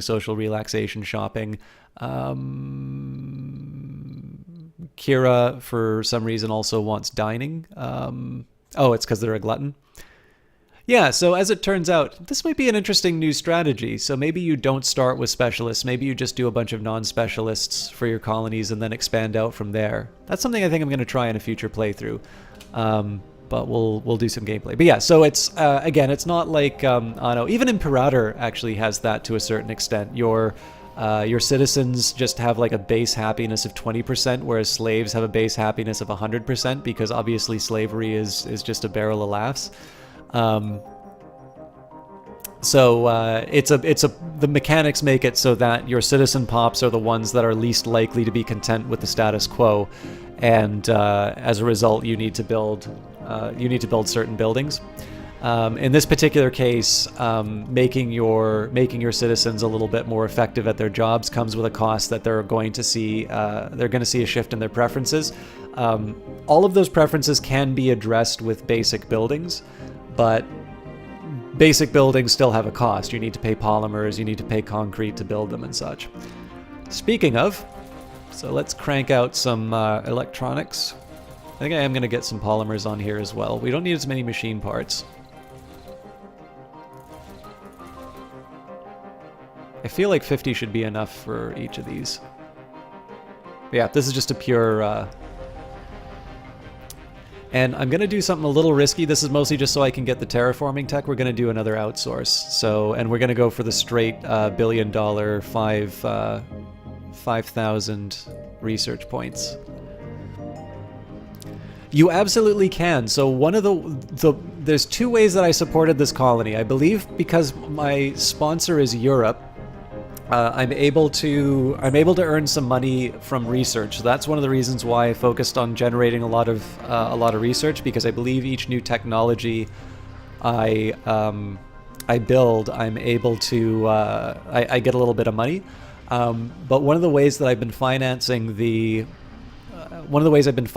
colony is this rare metals extractor. It's one of the first buildings that I made. I actually have a stockpile of it right now. I've got 51 rare metals. You can send it back to Earth, and depending on your sponsor, you get a certain price. So in this case, I get 22 million per rare metals unit, and each rocket ship right now can handle, I believe, 50 units of rare metals. Now the thing is that rare metals will be an input to electronics, which you're going to need to build certain specialized buildings. A perfect example here would be the school. For instance, my demand for electronics is relatively high. We consume 7 a day, and we require 0.5 in maintenance. So in this particular case, there's going to be a point where I want to shift from exporting rare metals to using them as inputs into my own production. But in this particular case here, yeah, there's one export to Earth. There's technically 2 exports to Earth. There's one physical good in the form of the rare metals, but also because I have the politician ability. There is a research project called Martian Patents. This is a repeatable technology. It might be the only one. But essentially I spend 3,300 research and I get $500 million in funding. And as it says, it's repeatable, can be researched multiple times, and has a quote from the guy. Elon Musk is a very relatable man, in my opinion, because he does not seem to be capable of going off of Twitter, and it gets him in trouble. But that is also the only way in which I can relate to Elon Musk. But anyways, economic exchange between Mars and Earth would mostly be in the form of intellectual property. So you have 2 exports, ideas, and rare metals.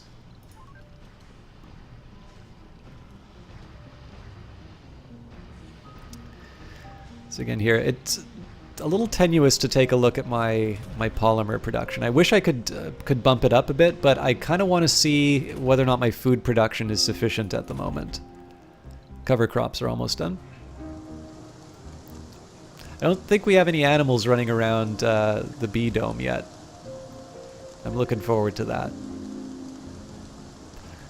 Oh, they picked some contemporary people for their quotes. Any favorites?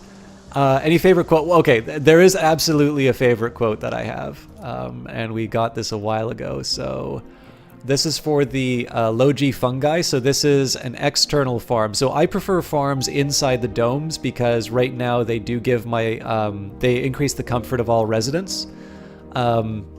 But if you want, you can have a farm that is external, fungal farm, an out-of-dome building that produces food, and it has a Terry Pratchett quote. All fungi are edible, some fungi are only edible once. What's a couple of other ones? Logi High Rise. I suggest that going to Mars means permanence on the planet, a mission by which we are building up a confidence level to become a 2-planet species. Another decent quote. I know there's one from... Oh yeah, Neil Armstrong. Geologists have a saying, rocks remember. I actually think this one gets used in Civilization as well. The Martian gets more than one quote. In this case, hell yeah, I'm a botanist. Fear my botany powers. And I believe it's one of the food techs. Yeah, soil adaptation. They say once you grow crops somewhere, you've officially colonized it. So there's quite a few well-chosen quotes. And some of the concepts on this are like, I do not have any kind of a background in physics, or I don't have any.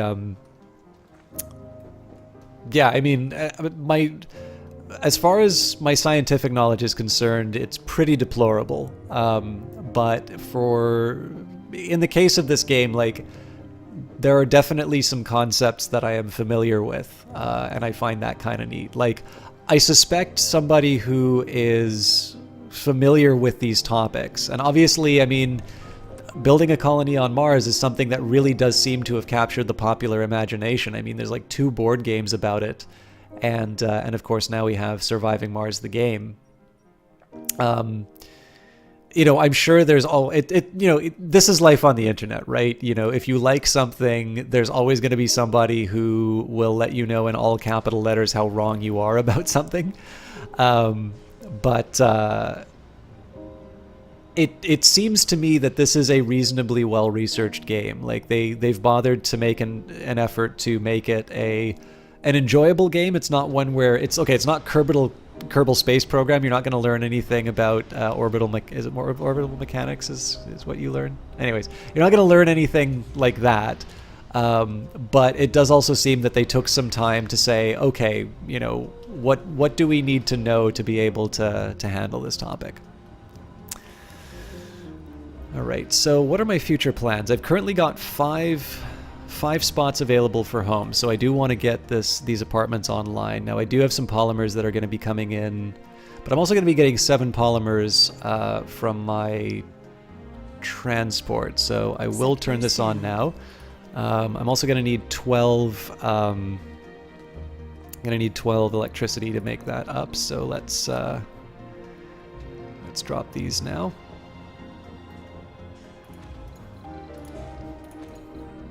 And I believe that's going to require another I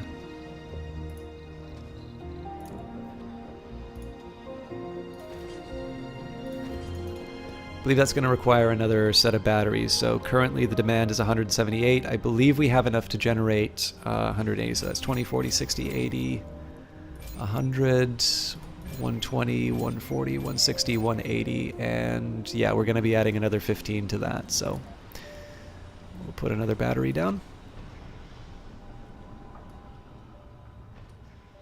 Anomaly analyzed. Yeah, see, I played when I was into Alpha Centauri. I'm still into Alpha Centauri, but like when I was really getting into the game, I was definitely not.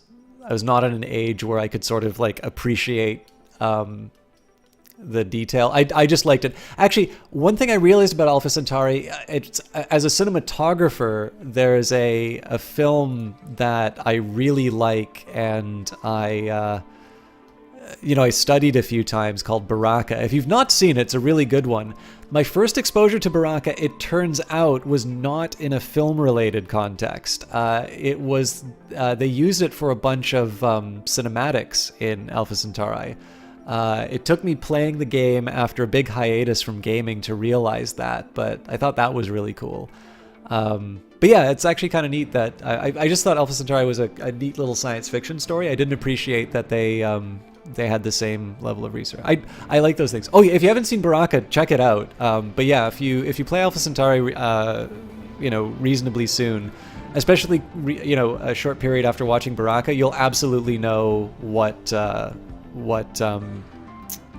scenes were from it. And I think it's cool because I think it's a really neat movie. The follow-up, Samsara, I wanted to like it a lot more than I actually did. I kind of felt like Samsara. So Baraka, just, you can sit down and you can appreciate it. You can sort of draw your own conclusion. And I really felt that Samsara really wanted me to walk away with one particular idea. And even if, I suppose even if I'm inclined to agree with it, one of the things I really liked about Baraka was it just showed me.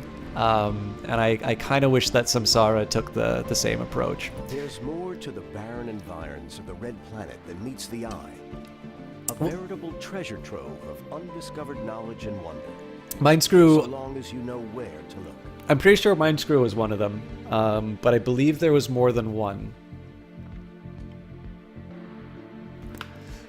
Okay, even the tiniest simple-looking rock can contain the answers to mysteries which perplex the human mind for generations. Sometimes it takes just a simple discovery to assure us of the vastness of the universe, an encouragement to make us look beyond the boundaries of our existence and into the future. The following texts have been revealed on the research screen. Creative biorobotics, mega storage, deep water extraction, Martian aerodynamics, home collective, and conservation landscaping. So I haven't actually gotten this deep into the tech tree before, so I want to take a quick look at these. Residential building upgrade, home collective increases the service comfort. Okay, not bad, but I don't need. I didn't realize there were deep water deposits. VR workshop, a vocation building that allows colonists to experiment with virtual reality. Counts towards the workshop milestone, consumes electronics. Oh god, there's a quote from a Paradoxian here. How do you know it's sci-fi? VR is commercially viable.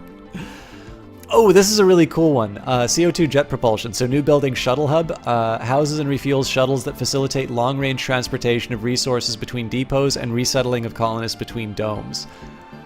This is going to be the thing that gets me off of kind of the area I'm locked into. Now I've got some other improvements that I can do, so I'm not gonna fast track this research, but being able to get some flying drones is going to really open up some options, and I'm definitely going to be able to build a research site a lot faster.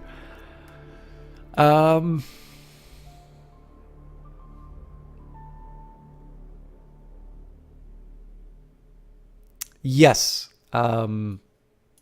What if? Interplanetary Cessna. What would happen if you tried to fly a normal Earth airplane above different solar system bodies? Okay, I'm gonna set this aside, Lyrazider, just because I know I'm a little self-conscious of the time that it'll take me, but I want to check that out. But yeah, it's I believe it's makeup that he's wearing. I think it's actually a play. But yes, that is one of the cutscenes that's from Baraka.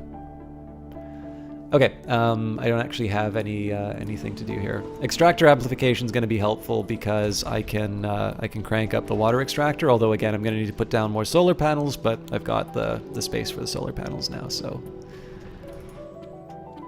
okay, so they're picking up the polymers. I'm happy with that.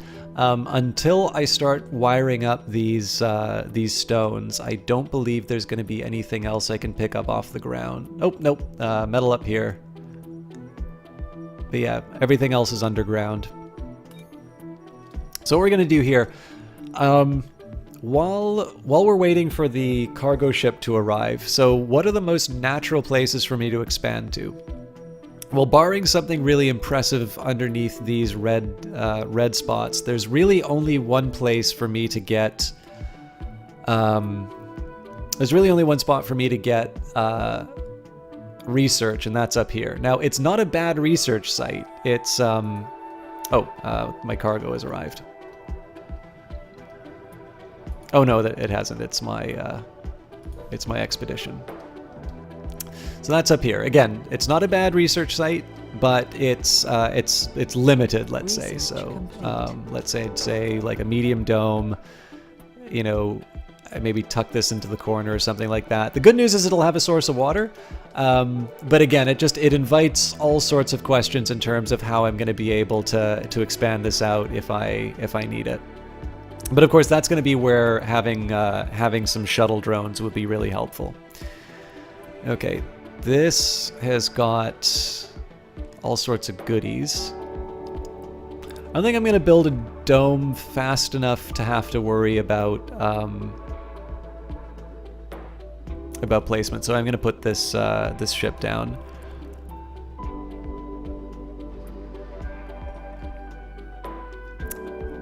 What other expansion? So research is kind of my next priority after I get my... so the good news is, as far as this area is concerned, what are the refined goods that I need? Fuel. We've been able to produce that for a while now. Oh. I completed a goal. Oh, right. I will... okay, I'll pause these just so I can read this. So... where was it? Extractor amplification. From the first day to this, sheer greed was the driving spirit of civilization. Friedrich Engels. Now, I did say I wanted to do the Stirling generator, but having automated extraction, especially when I'm undermanned on the metal extractor, that's a pretty big bonus. It also means I'll be able to shut down those night shifts. So let's do extractor AI, even though it'll be pretty costly for me. Hey, tall man alive, great to see you.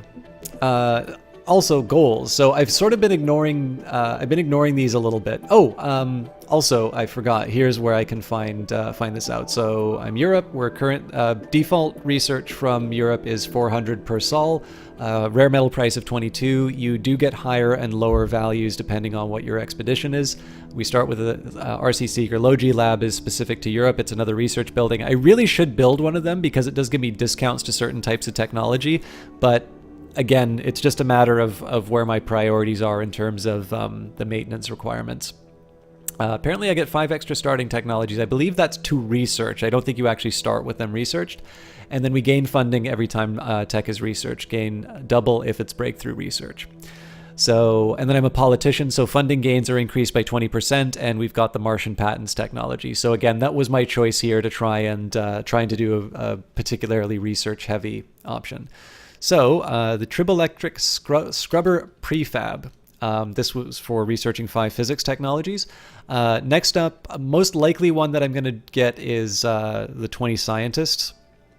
I don't believe we can build Hawking Institutes yet. 50 Martian-born scientists is also going to be within our grasp because we'll be building Martian University once we have the resources for it. But in addition to the milestones that the game gives you, the one that we missed out on was producing food. Space Y beat us to that. Sponsor goals, all sectors, and 100 colonists are the most likely ones for me to get. These are ones that were introduced with Green Planet.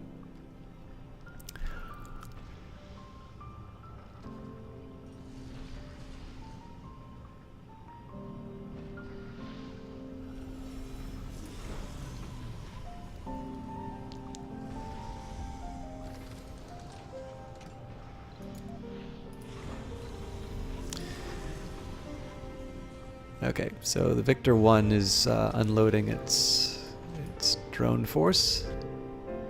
I think 17 is quite enough, to be completely honest, but I believe there was one other expedition. Yeah, it's just this one here.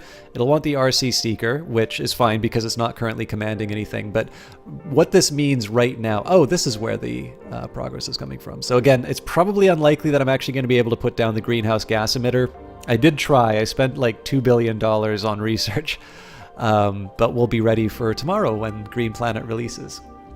But at this point, I've been able to ninja all of the planetary anomalies. And the nice thing about this is that I will be able to, once I finish that off, this will become dedicated to Earth. So I kind of like to do those planetary expeditions sort of one after the other relatively quickly. And then essentially I'll just, I kind of want to just get the whole business dealt with, and then I can opt into another set of priorities. It has meant that I've maybe grown a little bit slower as far as population. I could probably bring more colonists in than I have at the moment, but it's not been devastating. I mean, having a slower rate at colonist acquisition is probably not the worst thing that could happen to me, because obviously, that's a pre-alarm that I set for myself. So I've got 15 minutes before I need to get the hell out of here. I made sure I packed my bag. I've got like my jacket literally within arm's reach. I'm stroking it right now. But we're at the 15-minute warning. Just as a heads up. But I will find somebody to host. Scanned. Anomaly found. Yeah, so one of the nice things about doing this method, this is partially just to deal with some of my flaws as a player. I do tend to expand my domes a little too quickly. And the drawback to that is I don't have enough food to sort of sustain the colony. And so I wind up wasting all of my money keeping on sending these rockets to stop the colony from starving. I will not let that happen this time. Oh God! This will not be great. Fortunately, though, it's not like this isn't devastating. All that this does is it keeps me from taking advantage of the alien crystal. So let's get a small contingent of drones. Well, they're carrying fuel. I don't quite want them to do that. We'll get one to come along, so. Come with me, sir. I kept a pallet of metals just for this very eventuality. So the drawback is that it's not generating enough power. Now, it does lighten the demand on my grid because this thing does take 30 power. But what I'm going to do right now, I researched this a while ago, but we've got Martian University, so I'm going to need 15 electricity. It is pretty expensive as far as electronics maintenance is concerned, but this is a pretty powerful upgrade for me here. Because what this does is that my non-specialist population is going to be able to study inside the Martian University. You can actually enable it to have... Well, welcome to Flavor Country. We'll see how this turns out. I'm going to put this one as a low priority just because I want it to finish its little expedition first. So what this is, the thing that's nice about this is that this is going to give me more options for colonization. It's not free. It takes a long time for these guys to upgrade inside the Martian University, but what it means is that I'm going to be able to select colonists on the basis of traits that I find desirable. With the exception of the fact that obviously colonists have their opinions about what's fun. And so when they gain a specialization, I'm obviously going to need to make sure that I accommodate those needs. But other than that, I don't need to bring on colonists with negative personality traits. It's going to be very, very sad if this dust storm takes out my little guy. Let's watch him work. These are always a little fun to watch.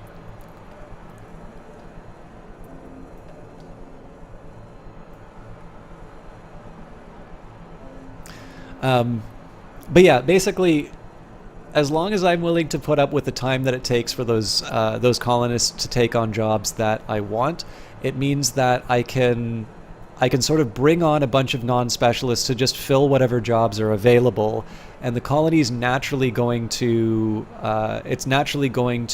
find the levels that I need just through that training. I would have loved to put that in my primary dome, but obviously I didn't have the space for it. I want to be able to have a second dome for the electronics production and possibly some research.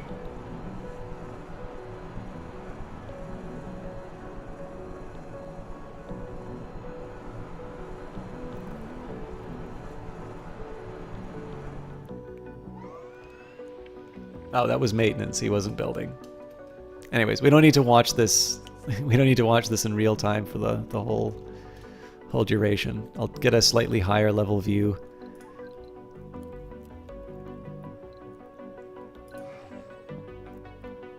Of course, this thing's going to be coming online right when it becomes night, and I probably don't want to have a big demand on the grid, but that's life.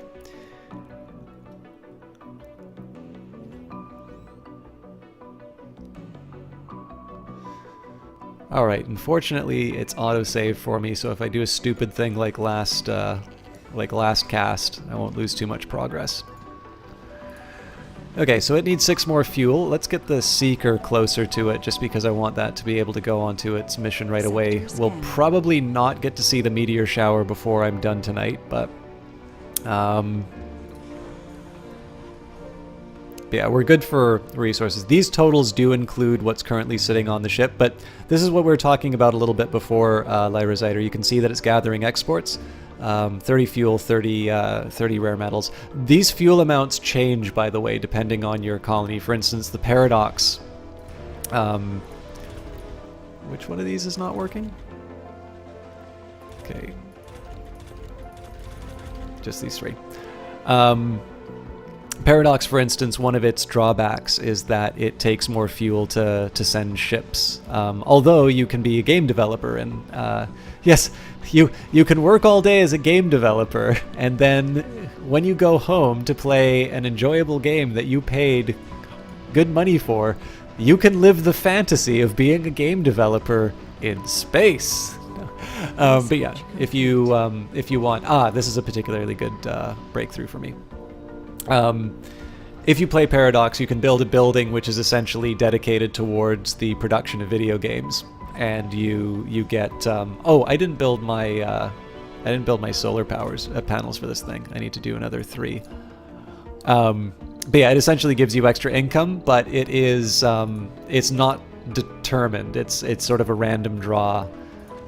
So not all of your games are going to be hits, and so you may not get the return that you were expecting. All right. I do rather like that the game. So this is a great little example of something that I tend to like in Surviving Mars, as opposed to other kind of city builder type games. Like normally, if you think about a lot of city builders, they'll make you say it's like, okay, you need to go and send a bulldozer to get rid of this thing here. Whereas here, I'm just like, nope, build something on this. Send the drones. I don't really care how you do it. Just send these friendly little looking guys to apparently work dark magic, and yeah, that you just witnessed sorcery there. Drone 30 is a magician. But yeah, basically, it sort of focuses on the things that are fun. Anyways, so why was I so excited about this bit of research? So sleep, those little slices of death, how I loathe them, Edgar Allan Poe. So colonists need to sleep for only 1 hour and regain extra sanity when sleeping. So in this particular case, the night shift workers are going to get a little less, crushed by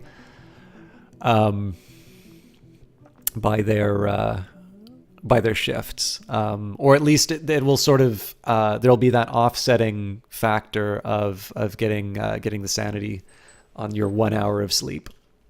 Okay, so I need to decide whether or not I want to go for the 6 new planetary anomalies or the upgrades to cargo capacity, magnetic MOXIE production, or printing.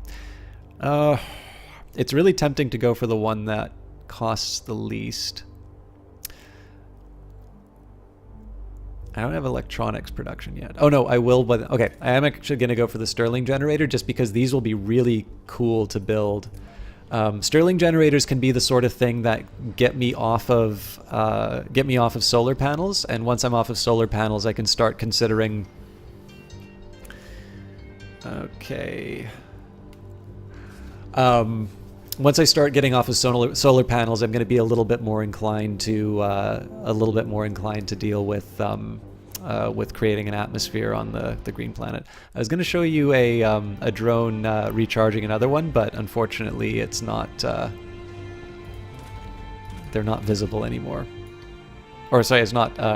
It's not in need of power anymore. But the Victor 1 is going to get ready, so this will be possibly our closing shot. But let's take a quick look. We'll frame our image nicely. Sector scanned. And we'll watch our final expedition of the evening go off. Does anybody have any questions or any comments, thoughts? Do you want to say how excited you are? Get out of the blast zone! Oh God, no, Wally! Oh. Okay, you're all good. Yeah, does anybody want to talk about how excited they are for Green Planet?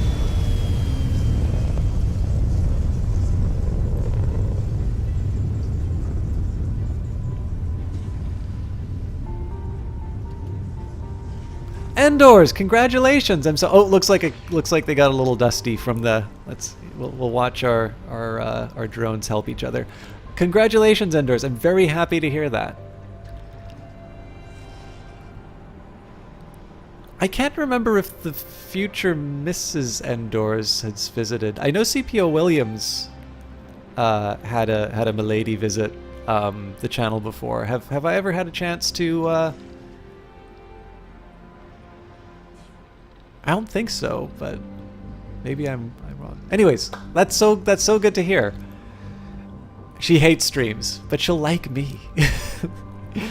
Lars Eder, I haven't played any of it so far since you're waiting for Green Planet to release first, but you're keen on playing it tomorrow. Awesome. I'd love to know what you think of this, by the way, because I really only know you from Cultist Simulator, and you know it's. Oh, I'm up to 218 power demand. I think I lost track of the number of batteries I need. 1, 2, 3, 4, 5. So that's 100. Yeah, so I've got 200 power, but I need 220 now. So I was asleep at the switch. We should be able to get through the night, though. So, because the actual demand on the grid is offset by the 40 from my Stirling generators. But again, it's nice to have a little bit of a surplus. But yeah, the funny thing is like I really only know you from Cultist Simulator, and I know obviously your interests are beyond that, and you've self-identified as an Alpha Centauri fan, so I already think the world of you for that. Yeah, it's neat to be able to sort of get a measure of what some of the people you know online like as far as games. One of the reasons I don't do reviews for games is I like just about every game that I play, even games that are, by pretty much any standard measure, not very good. I still tend to get a little something out of them. So it's, again, it's just one of these things where if people are making buying decisions, they probably shouldn't be listening to me.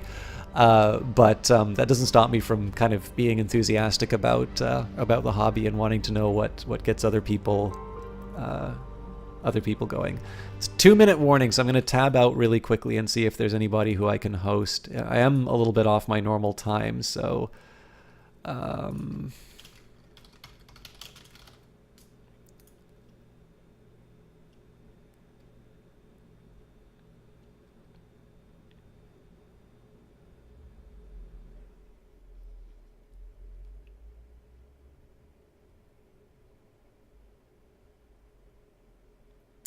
I don't know any of these people. Kind of like a little bit of everything. You never know what game you're going to fall in love with next. That's one of the reasons why I actually really like streaming. So I know I definitely have something of a reputation for being a strategy or yeah, no, I'd say strategy gamer is probably a decent description. In fact, the one thing that's so interesting is when I run into other streamers, they tend not to really know much about the games that I play, so they always call me a real-time strategy gamer. And the truth is that I'm not very good at real-time strategy games. There's more to the barren environs of the Red Planet than meets the eye. A veritable treasure trove of undiscovered knowledge and wonder. So long as you know where to look.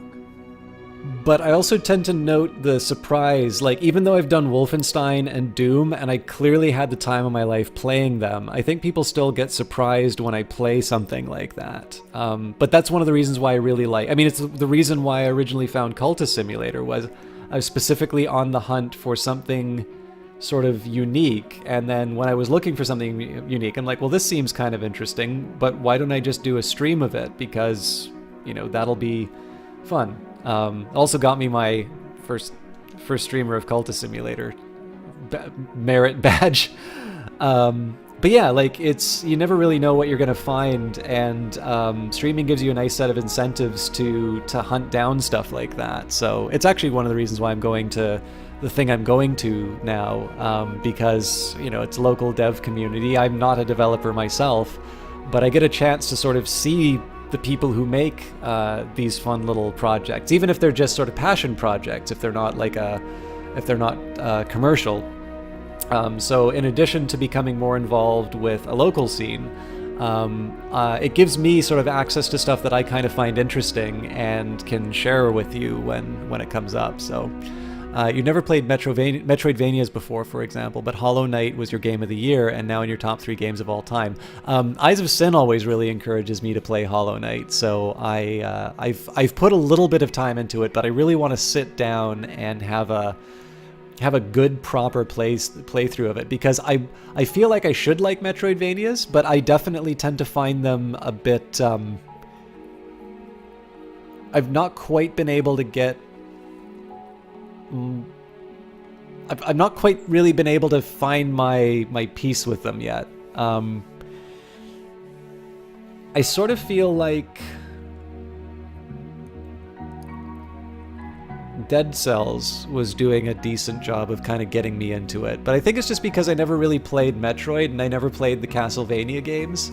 I have a feeling that there's a set of assumptions that are being made about the type of player who will want to play that, and unfortunately, because I don't fit that, I kind of get the impression that those games aren't really for me. But again, you really just need one good example of a genre, and to all all indicators, it seems like Hollow Knight is that one. So I'm looking forward to trying it out. And again, similar with Frostpunk, right? Like once I have a day where I don't feel like I'm going to be completely overwhelmed by the relentless bleakness of the game, I'll probably have a better. Well, I'm already having a good time with Frostpunk, but I'll probably play more of it. Yeah. I think Frostpunk is great. It's just that I like playing this War of Mine a lot. And the thing is, we talked about this yesterday. With Frostpunk, I think it is because it's fictional as opposed to this War of Mine, which is, of course, based off of the Siege of Sarajevo. I have the opposite reaction, which is I think some people are uncomfortable with this War of Mine because it is sort of based in reality.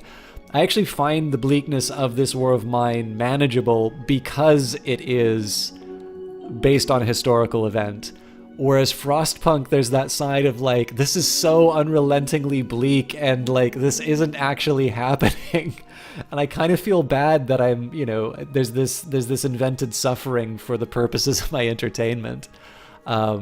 But again, like this, people are going to think I have an issue with Frostpunk now that I've talked about it for 2 streams. I like it. It's, in fact, the reason I comment on it is because I enjoy it, but it's also one of the few games where I've been like, I really don't feel like in the mood to like deal with this right now. It's one of the reasons I love Surviving Mars, because it's just such a hopeful game. And anyways, even the tiniest simple looking rock can contain the answers to mysteries which perplex the human mind for generations. Sometimes it takes just a simple discovery to assure us of the vastness of the universe, an encouragement to make us look beyond the boundaries of our own existence into the future. We've gained hanging gardens, storage compression, deep metal extraction, fueled extractors, Martian-born resilience, and terraforming subsidies. Frostpunk was more effective than This War of Mine. Maybe it's a personal thing for you, but the gameplay and controls got in the way of immersion for you. Oh, that's really interesting. Yeah, it's definitely. I mean, I know I'm fairly unique in terms of my reaction to both of the. Well, maybe not both of those games, but definitely to Frostpunk. I'm probably a little bit of an outlier. But again, I've actually been meaning to do Frostpunk on stream. It's just I want to try and. Like pull back a bit on the number of games I've started. I want to digest what I've got open right now, and then we'll move back. So a lot of really cool techs are here. The MDS laser, Meteor Defense System. This would be something that can zap any meteors that are potentially going to harm the colony. The problem is it's 10,000 research. I really do not have the time.